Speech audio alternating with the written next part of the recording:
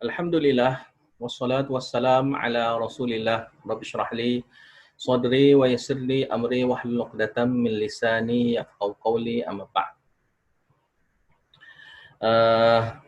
Kitabus Shalah. Sini kitab yang baru, kitab yang nak cerita tentang bab-bab yang berkaitan dengan solat.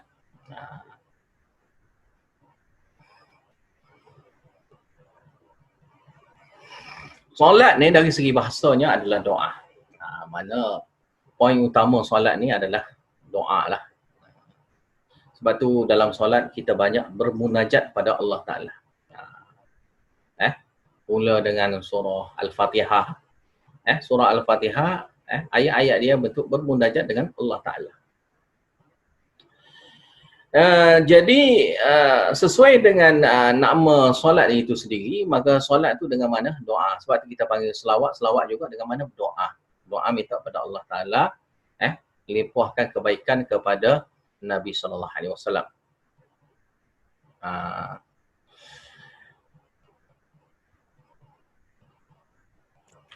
Jadi dari segi syaraknya solat ini adalah perkataan dan juga perbuatan. Ada perkataan dalam solat, adanya perbuatan disertakan dengan perbuatan yang dimulai dengan takbir dan disudahi dengan salam berserta dengan niat. Dan solat itu seperti yang mana yang kita sedia maklum kan, solat itu adalah salah satu daripada rukun Islam. Salah satu daripada rukun Islam, 5 kali solat, dan ia adalah sabit dengan kitab, Al-Quran dan juga sunnah dan juga ijma'. Dan barang siapa yang mengingkari solat, maka dia kafir. Itu jelas. Sebab tu ada beberapa, saya tengok dalam Facebook ada golongan tertentu yang berdakwa kata tak solat. Tak solat. Kerana tidak ada perkataan yang jelas cara solat di dalam Al-Quran dan sebagainya lah yang dia dakwa. Dia pun tak solat. Dia tak solat. Maka hukum tak solat dengan sengaja gitu, hukum dia kafir. Hukum kafir ini adalah mengikut ijma' ulama. Hukum kafir mengikut ijma' ulama. Dan tak tahannya saya tengok ramai juga pengikut dia. Jadi benda-benda gini pun kita minta jauh lah kan. Daripada berfahaman, pegang satu fahaman ataupun pokok tarikat yang beranggapan solat tu tidak wajib. Solat tu tidak wajib, maka tak ada solat. Solat tu solat dengan niat je. Dia kata. Padahal dari segi solat tu sendiri pun dah diberitahu, iaitu solat tu mana asal dia adalah doa. Dan doa itu disertakan dengan perkataan dan juga perbuatan. Bukan semata-mata hak dalam hati saja. Mana solat ni maknanya ada 3 perkara kan. Niat ada, perkataan ada, perbuatan ada. Dan semua sekali ini mesti kena berpandukan dengan syariat Allah Ta'ala. Buat bukan syariat Allah Ta'ala, itu bukan solat. Itu amalan yang kita buat sendiri. Itu dipanggil amalan semayang lah. Semayang cara kita sendiri. Itu bukan syariat Allah Ta'ala. Syariat Allah Ta'ala mesti kita amalkan solat seperti mana yang diajarkan kepada kita untuk solat. Seperti mana Nabi SAW pernah berkata, "Sallu kama ra'aitumuni usalli." Hendaklah kamu solat seperti mana kamu melihat aku solat. Macam mana kita nak melihat Nabi? Nabi sudah mati dah, sudah wafat dah Nabi SAW ni. Maka kita melihat kepada sunnah Nabi. Dan sunnah itu adalah hadis lah. Maka kita pelajari hadis, maka daripada hadis itulah seumpama kita melihat Nabi SAW solat. Kerana dalam hadis itu diberitahu dengan detail macam mana kita nak solat. Tidak dikurangi apa-apa pun yang ada di dalam hadis, yang mana sudah mencukupi dah kepada kita melakukan solat seperti mana yang disampaikan kepada kita. Daripada hadis itulah. Okey, sini habis itu bab yang pertama. Bab sini adalah babul mawaqit. Mawaqit sini bab jamak kepada miqat. Miqat sini maknanya waktu. Waktu masa yang ditentukan untuk solat. Mana sebelum kita solat, kita kena tahu waktu solat lah. Hadis yang ke-44 an Abi Amrin Asy-Syaibani wasmuhu San ibnu Iyas qala haddatsani sahibu hadhihi ad-dar wa asyara bi yadihi ila dari Abdullah ibn Mas'ud radhiyallahu anhu qala sa'altu an-nabiy sallallahu alaihi wasallam ayyul amal ahabbu ila Allah azza wa jalla qala as-salatu ala waqtiha qultu thumma ayyu qala birrul walidaini qultu thumma ayyu قال الجهاد في سبيل الله قال حدثني بهن رسول الله صلى الله عليه وسلم ولو استزدته لزادني.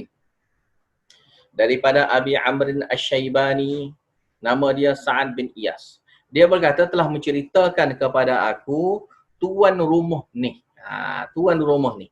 Dia pun tunjuklah isyarat dengan tangan dia ke rumah Abdullah bin Mas'ud radhiyallahu anhu. Dia berkata, maknanya Ibnu Mas'ud berkatalah, aku bertanya Nabi SAW, ayyul amal ahabu ilallahi azza wa jalla. Itu soalan yang kita semua sekali nak tu. Kan? Soalan yang kita semua sekali nak. Itu mana soalan cukup mas. Kan? Dia ditanya. Mana syukur pada Allah Ta'ala, ada satu orang yang bijak gini, tanya soalan ni. Tanya soalan ni pada Nabi SAW dan diberi jawapan oleh Nabi SAW kepada kita sehingga kita pun boleh belajar hari ini. Apa dia? As-salatu ala waqtiha, iaitu solat pada waktunya. Mana bila masuk waktu solat, kita terus solat. Mana solat pada waktunya. Mana waktu solat tu kita solat.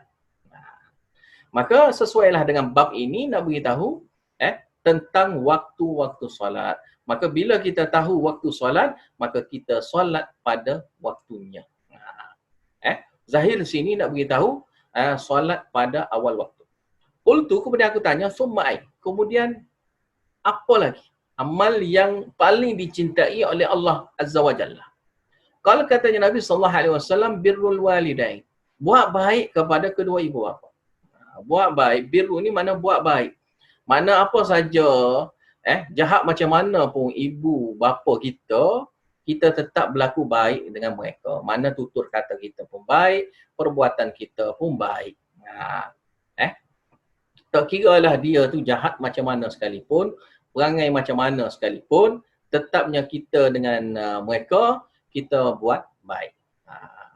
Mana kita bercakap dengan lemah lembut, perbuatan kita pun tidak kasar dengan mereka, dengan lembut juga mereka, kan? Dan doalah kebaikan kepada kedua ibu bapa dan kita berbakti selagi mana yang kita dapat kepada kedua ibu bapa.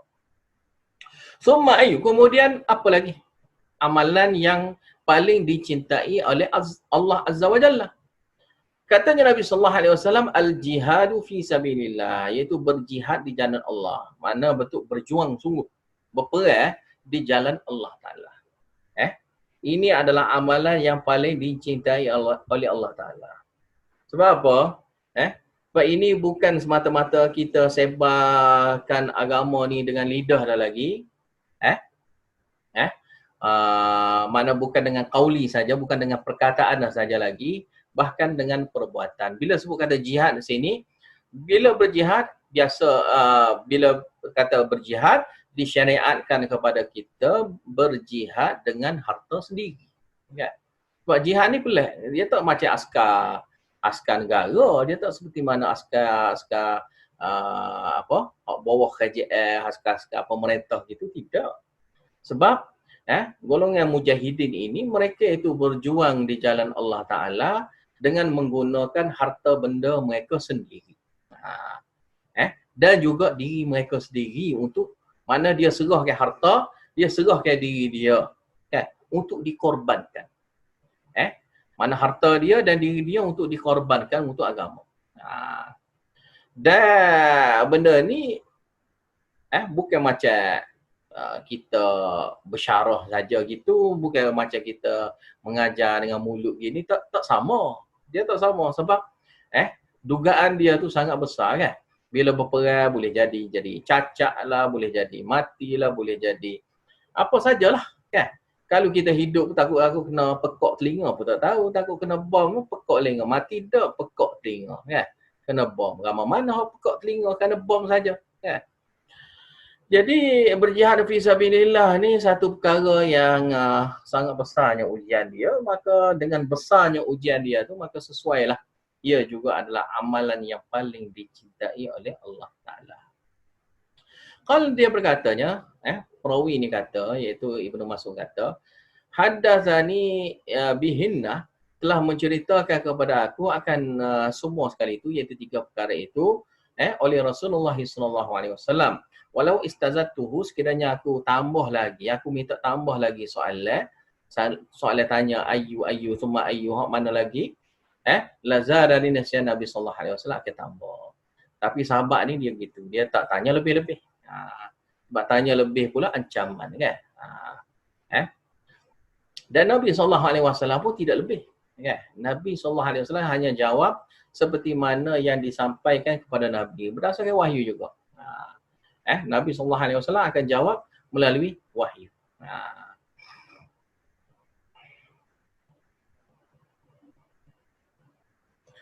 Habis itu, hadis yang seterusnya, hadis yang ke-45. An Aisyah radhiyallahu anha قالت لقد كان رسول الله صلى الله عليه وسلم يصلي الفجر فيشهد معه نساء من المؤمنات متلفعات بمروطهن ثم يرجعن إلى بيوتهن ما يعرفهن أحد من الغلس. Daripada Aisyah radhiyallahu anha dia berkata, benar-benarnya Rasulullah SAW pernah melakukan solat fajar.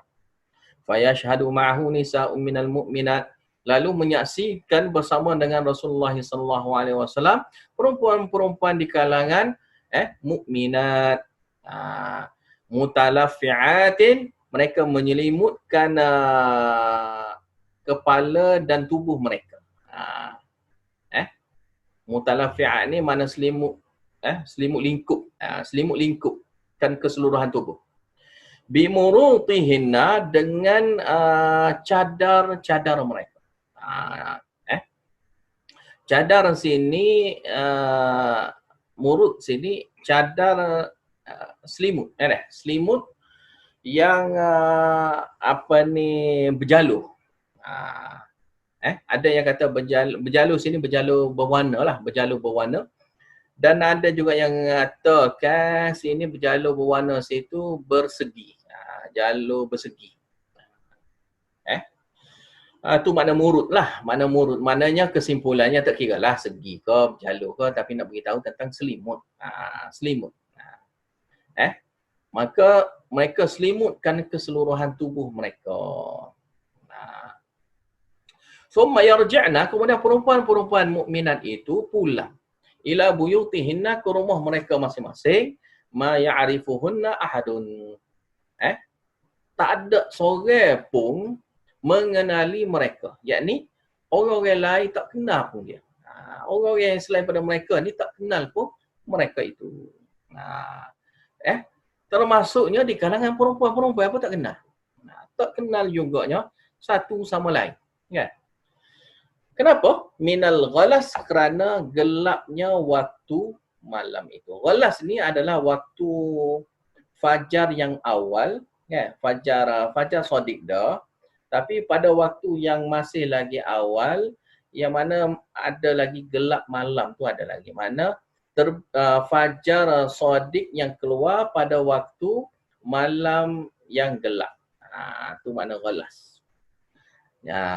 Jadi daripada hadis ini, kita ambil kepada cerita waktu solat. Jadi daripada hadis ini nak beritahu tentang waktu solat subuh. Waktu solat subuh. Waktu solat subuh ni khilaf ulama. Ada 2 pendapat. Satu kata ghalas, satu kata asfar. Ini khilafnya adalah waktu yang paling afdal. Nak solat subuh waktu mana yang paling afdal? Bagi golongan Hanafiyah berpendapat, solat subuh afdal adalah pada waktu asfar. Ini mereka ambil daripada hadis yang beritahu asfiru bil fajri. Seperti mana yang ada dikeluarkan daripada hadis Tirmizi dalam kitab Jami' dia. Yang mana hadis itu sahih. Hadis itu sahih. Katanya Tirmizi, hadis itu adalah hadis hasan sahih. Dan hadis itu hadis sahih. Pendapat jumhur pula berpendapat kata asfiru tu sendiri makna apa? Asfiru tu maknanya solat pada waktu subuh tu warna dia warna asfar. Warna asfar ni warna cahaya dia tu ke arah merah. Warna kuning. Warna tu jadi kuning merah lah. Orange. Warna ke arah orange. Jadi warna tu makna subuh tu kira-kira sudah keluar dah cahaya yang warna dia orange merah. Warna orange. Jadi itu pendapat Abu Hanifah lah, pendapat mazhab Hanafiyah yang berpendapat kata afdal solat pada waktu ini, pada waktu asfar. Manakala pendapat jumhur ulama dia guna seperti mana dalam hadis inilah, iaitu yang afdal adalah solat pada waktu ghalas, iaitu pada waktu fajar shadiq yang pertama bila keluar itu, pada waktu malam yang pada waktu akhir malam yang gelap lagi. Yang mana seperti mana yang diceritakan daripada hadis ini, sahabat sahabiah semua sekali ini tidak dikenali. Satu kerana ditutupnya keseluruhan tubuh mereka daripada kepala dan keseluruhan tubuh mereka dengan selimut. Satu lagi kerana gelap gelita malam. Masih lagi pada waktu akhir malam. Walaupun sudah masuknya waktu fajar, tetapi masa tu masih lagi gelap. Balik daripada subuh tu waktu dia masih lagi gelap.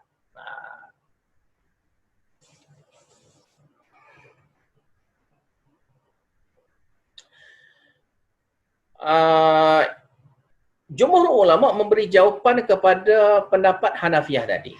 Jumhur ulama dia beri jawapan perintah Nabi SAW supaya pada waktu isfar situ supaya solat pada waktu subuh yang jelasnya tahu dengan yakin benar sudah masuk waktu sudah masuknya cahaya fajar.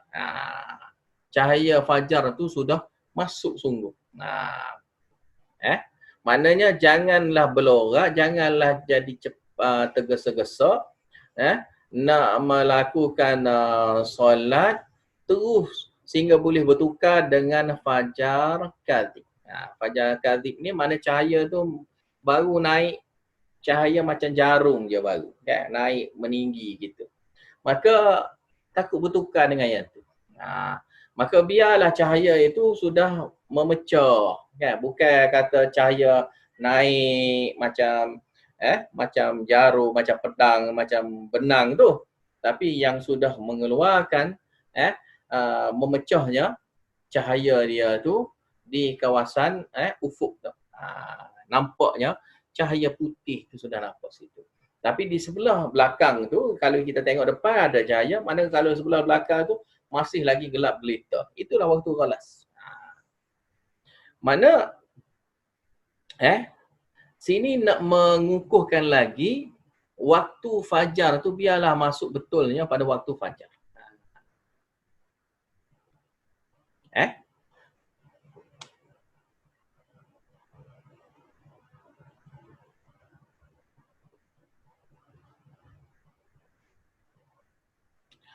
Itu satu jawapan. Tapi jawapan yang paling kuatnya inilah. Ini salah satu jawapan yang paling kuat adalah waktu isfar tu sebenar kali adalah waktu yang mana solat pada waktu ghalas disudahi pada waktu asfar. Yakni disunatkan solat subuh itu dengan membaca bacaan yang panjang-panjang sehingga seolah-olah kalau panjang sangat tu sampai kepada waktu yang mana matahari cahaya fajar tu sudah nampak menguning.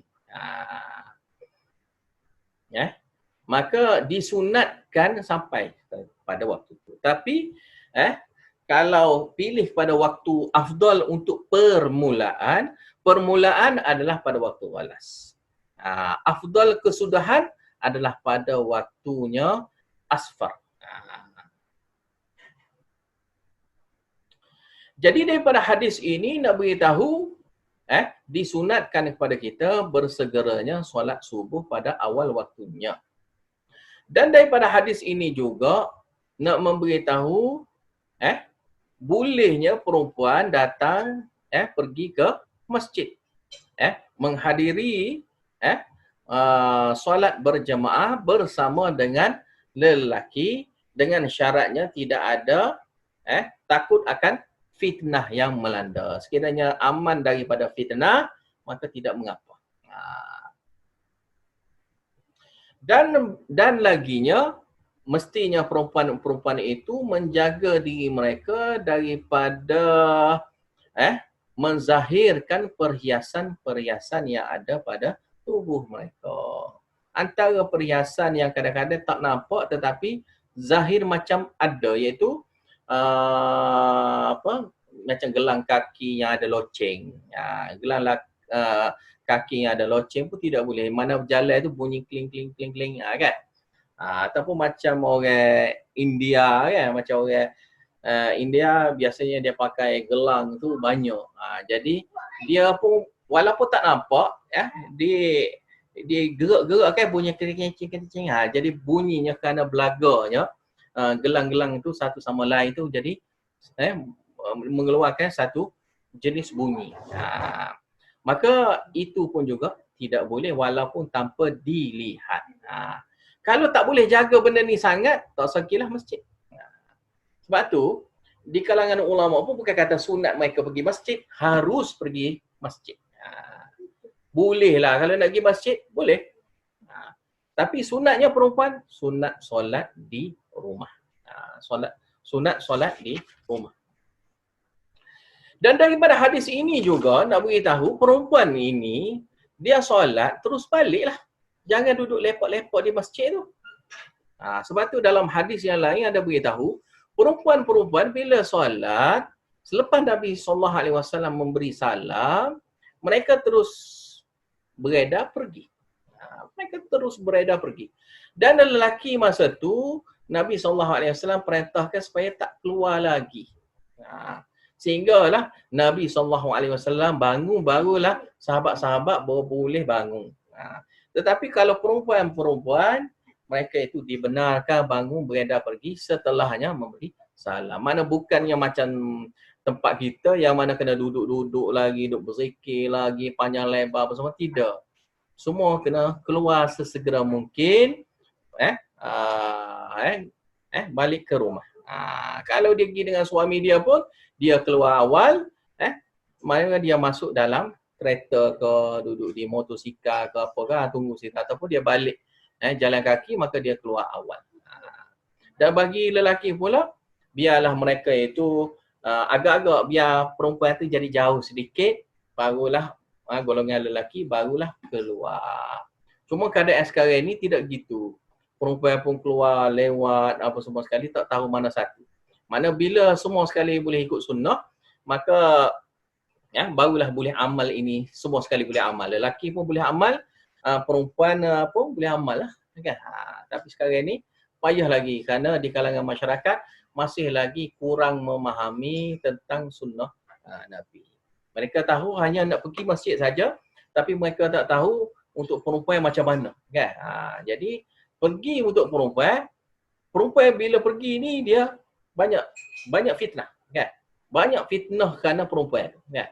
Maka untuk mengelakkan fitnah ni makna apa? Fitnah ni makna orang fitnah ke? Itu salah satu. Fitnah ni maknanya musibah. Bala besar. Fitnah ni makna bala besar. Perempuan pergi masjid maknanya bala besar. Takut tak faham fitnah, kan?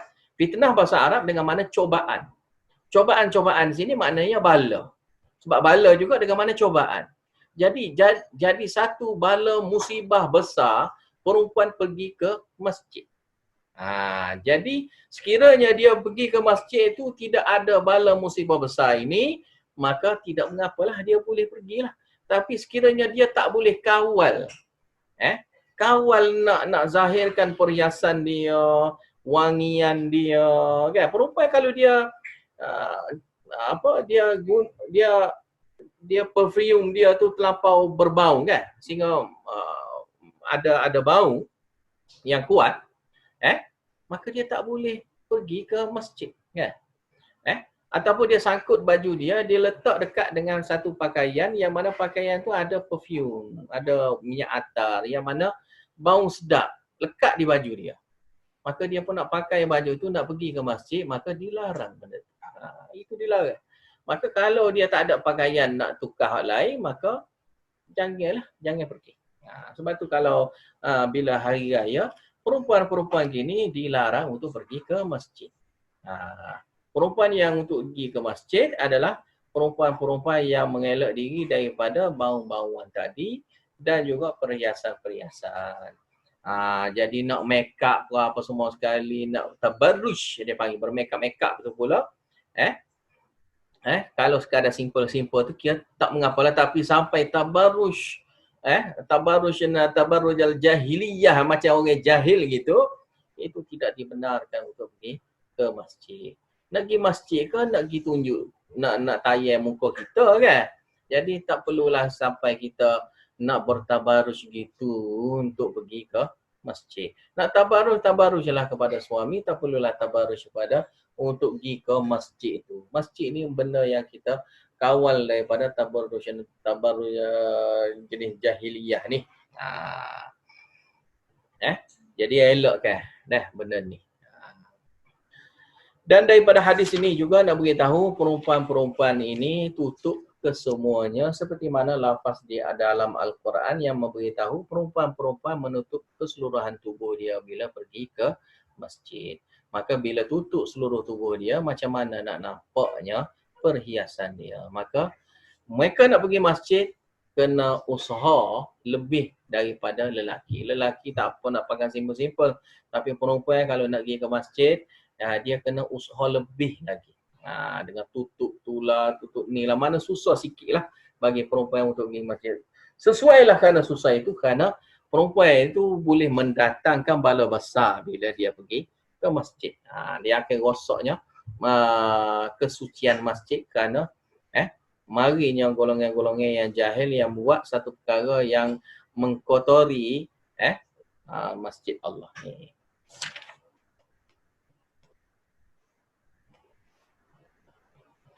Habis itulah. Sampai di sini saja dahulu kelas kita hari ini. Wallahu a'lam bissawab. Wa akhiru da'wana alhamdulillahirabbil alamin. Wabillahi taufiq wal hidayah. Wassalamualaikum warahmatullahi wabarakatuh.